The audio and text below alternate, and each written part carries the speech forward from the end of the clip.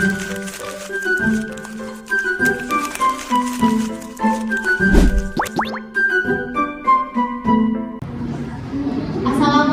warahmatullahi wabarakatuh. Waalaikumsalam warahmatullahi wabarakatuh. Good morning, everyone. Morning. How are you today? I hope all of us are always healthy and full of spirit.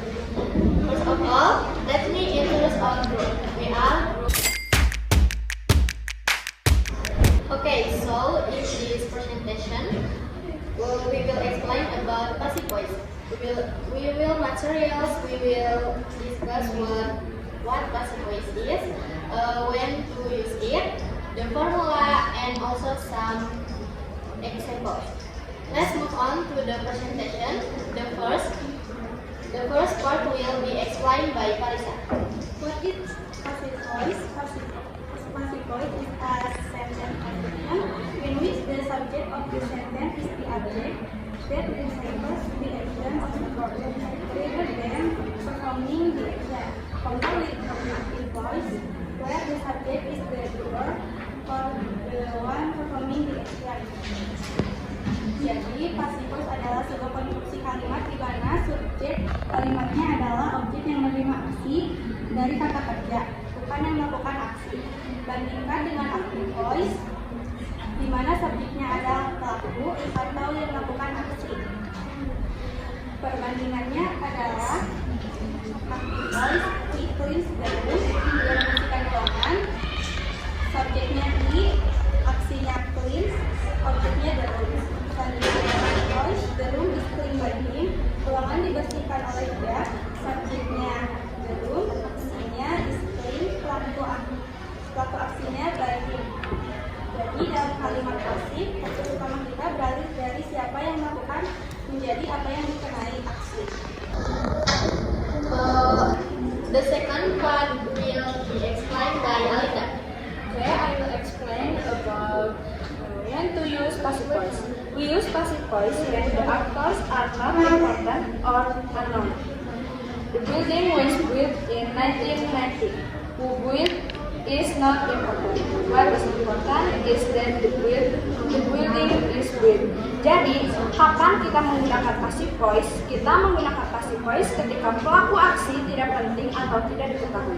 Contohnya pada kalimat gedung itu dibangun pada tahun 1990. Siapa yang membangun tidak diketahui.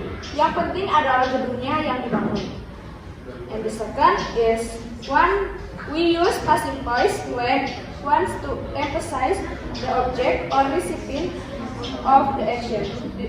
Example, the discovery of a new planet was announced by the scientists. The focus is on planetary discoveries, not on scientists. Jadi yang kedua, kita menggunakan passive voice ketika ingin menekankan objek atau penerima aksi. Contohnya pada kalimat penemuan planet baru diumumkan oleh para ilmuwan. Fokusnya pada penemuan planet, bukan pada para ilmuwannya. And the third is we use passive voice in a formal, scientific, or academic context. Example, the experiment was conducted with great precision. Jadi, yang ketiga itu, kita menggunakan passive voice dalam konteks formal, ilmiah, dan akademis. Contohnya, pada kalimat, eksperimen itu dilakukan dengan presisi tinggi. Kalimat ini sering ditemukan dalam laporan ilmiah. And the last is avoiding mentioning the perpetrator of the action. Jadi, yang terakhir itu, passive voice digunakan ketika menghindari menyebutkan pelaku aksi. Contohnya pada kalimat sebuah kesalahan telah dibuat. Nah, kalimat ini merupakan cara sopan untuk mengatakan saya, Anda, ataupun kami membuat kesalahan. Okay, the third part will be explained by Rima. So the basic formula for changing an active sentence into a passive sentence is subject plus verb plus verb 3 atau past participle plus by plus agent. Di sini subjek sebagai subjek merupakan objek di kalimat aktif. Lalu be verb harus kita sesuaikan dengan tense dan subjeknya. Contohnya is, am, are, was, were, be, being, dan did. Lalu verb 3 adalah bentuk kalimat ketiga kata kerja yang menunjukkan action atau tindakan. Dan yang terakhir ada by plus agent, yaitu pelaku dari tindakan tersebut. Bagian ini opsional, artinya bisa kita tulis atau tidak pun tidak masalah, tergantung apakah pelakunya harus disebutkan atau tidak. Okay, English 4 will be explained by Rizky and Hanska. Mau ditulis dulu.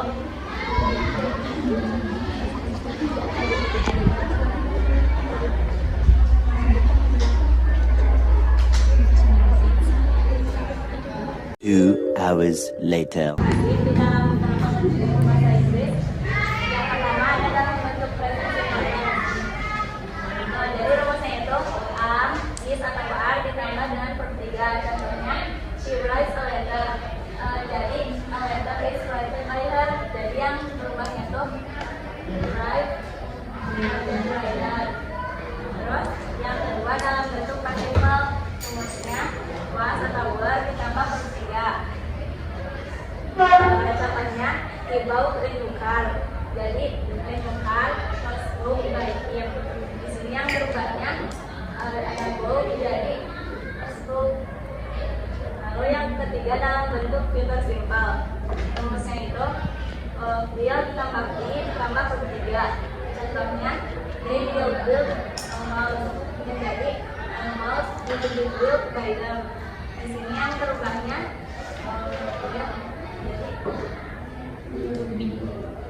terus yang keempat dalam bentuk present continuous, rumusnya am, is atau are ditambah dengan verb 3. Contohnya I am reading a book.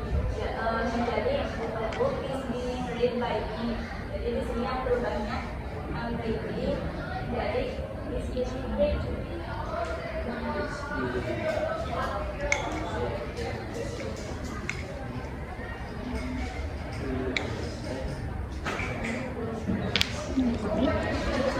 6 hours later.